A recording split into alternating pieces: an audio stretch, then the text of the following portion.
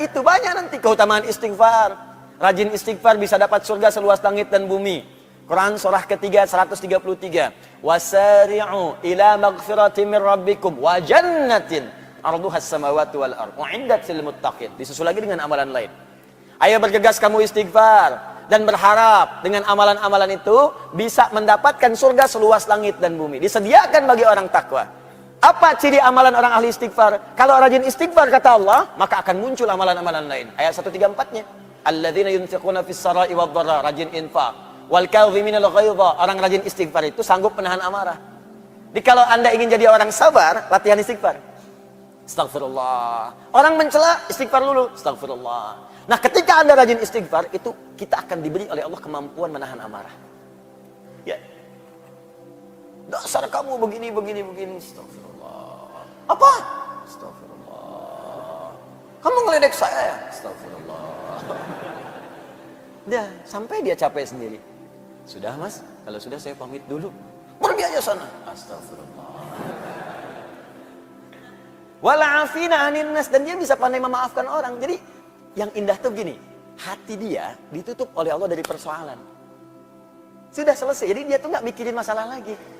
Tapi orang yang tidak pernah minta maaf kepadanya jadi gelisah terus. Terus gak pernah selesai. Dan ketika Anda bisa melakukan itu kata Allah, hati orang lapang yang sering ingat dengan Allah, dia lapang menerima persoalan, maka tempat pulangnya akan dilapangkan oleh Allah lebih daripada seluas lapangan, seluas langit dan bumi. Anda punya rumah sekomplek Jaka Permai, kerasa luas. Nanti saat ke surga seluas langit dan bumi.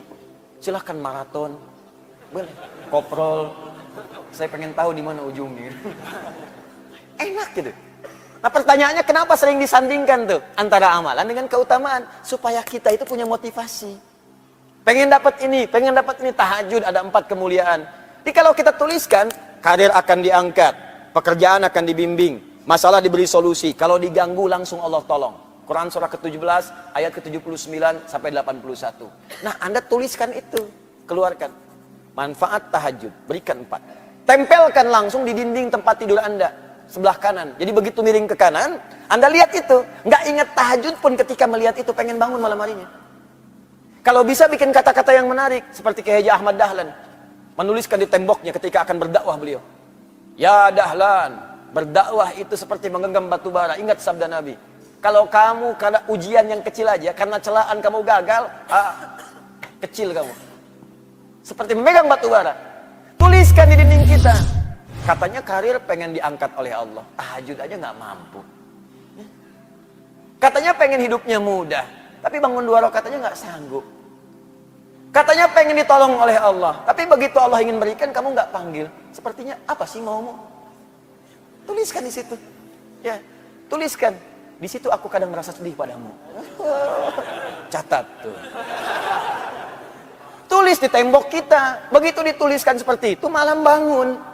Itu manhaj namanya. Langsung antum setting alarm kan? Bangunnya bismillah jam 3, bangun.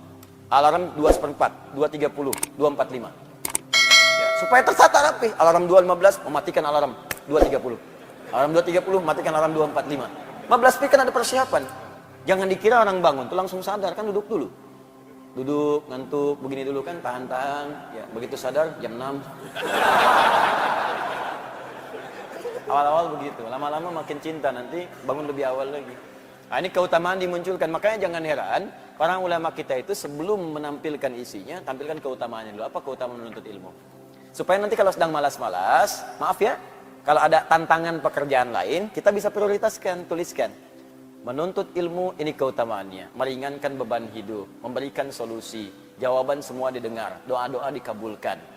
Tuh, malaikat mengaminkan, dosa-dosa diampuni. Jadi begitu kita mau tinggalkan, kita mikir lagi.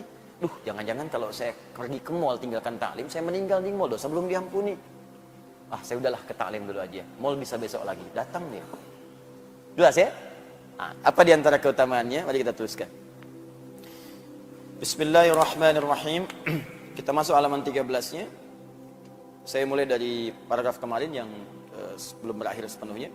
Wa ghayatul ilmi al-'amalu bihi li'annahu thamratuhu wa faidatul umri wa zadul akhirah. Kemarin kita sampai situ. Wa ghayatul ilmi, dan tujuan dari ilmu itu, Kalau kita belajar pengetahuan, al-amalu bihi, yaitu mengamalkannya. Dimohon izin, kemarin saya tegaskan, ilmu dengan amal gak bisa dipisahkan. Justru ilmu itu akan mulai mendapatkan pahala melimpah ketika diamalkan. Anda belajar fikih sholat, kalau nggak pernah dipakai sholat, kapan datang pahalanya? Hanya berhenti di saat belajar saja. Makanya ayo teman-teman, jangan batasi di majelis ilmu. Anda yang kuliah pun, niatkan sebagai ibadah karena Allah. Begitu Anda bekerja, itu jadi pahala. Pernah nggak kepikir ke situ? Yang kuliah di ITB, di IPB, di UI, di IAIN, di UIN, dimanapun, coba niatkan sebagai ibadah. Nanti ketika diniatkan sebagai ibadah, untuk mengamalkannya, Allah akan permudah. Dan berkah nanti ilmunya. Berkah. Jangan dikira itu mendapatkan ilmu, hanya ilmu agama saja. Tidak, ilmu umum juga kalau diniatkan untuk kemudian berkhidmat kepada Allah, untuk ibadah, nanti akan ada manfaatnya.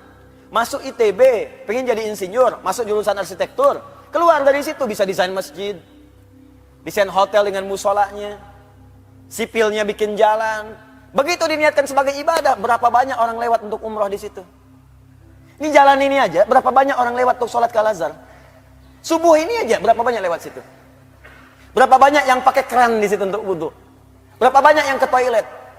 Anda bayangkan, kalau cuma ngejar dunia, nggak akan dapat tuh pahala akhirat. Tapi kalau ilmu Anda dipakai untuk berniat ibadah kepada Allah, Anda bikin kemudian desain kerannya, Anda bikin jalannya, Anda bikin bagian tempat wudhu dengan toiletnya. Begitu dipakai, dunianya dapat. Dunia diberikan panjar duluan. Pahala akhiratnya, setiap yang wudhu, Anda dapat pahalanya. Setiap yang lewat, Anda dapat pahalanya. Dan saat belajar itu demikian, Allah akan berikan kemudahan. Makanya ilmunya berkah. Coba lihat orang-orang dulu itu. Yang makannya Masya Allah, kadang-kadang sekedar singkong. Ya, kadang-kadang ketemu nasi pun sehari cuma sekali. Itu pun dibagi lagi dengan 6-5 orang. Tapi dahsyatnya ilmunya berkah. Saya kalau lihat orang dulu belajar bahasa aja, jarang yang ada satu bahasa.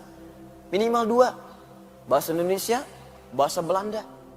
Never dong. Misalnya, mana si pitung? Belanda, dapat. Jepang, ada yang bisa bahasa Jepang. Orang dulu. Coba diplomat-diplomat dulu itu. Kayak Haji Agus Salim, berapa banyak bahasanya? Ya, Bung Hatta. Ya, Masya Allah. Insinyur Soekarno, misalnya yang lain-lainnya itu. Ya, mereka belajar. Dan yang paling dahsyat ulama-ulama kita, Masya Allah itu. Ya, ulama-ulama kita itu dulu bukan sekedar belajar, kemampuannya luar biasa, semua ilmunya bersanad, kemampuan bahasa Arabnya, kemampuan Qurannya, bahkan tidak sedikit ya jadi mufti langsung di Masjidil Haram.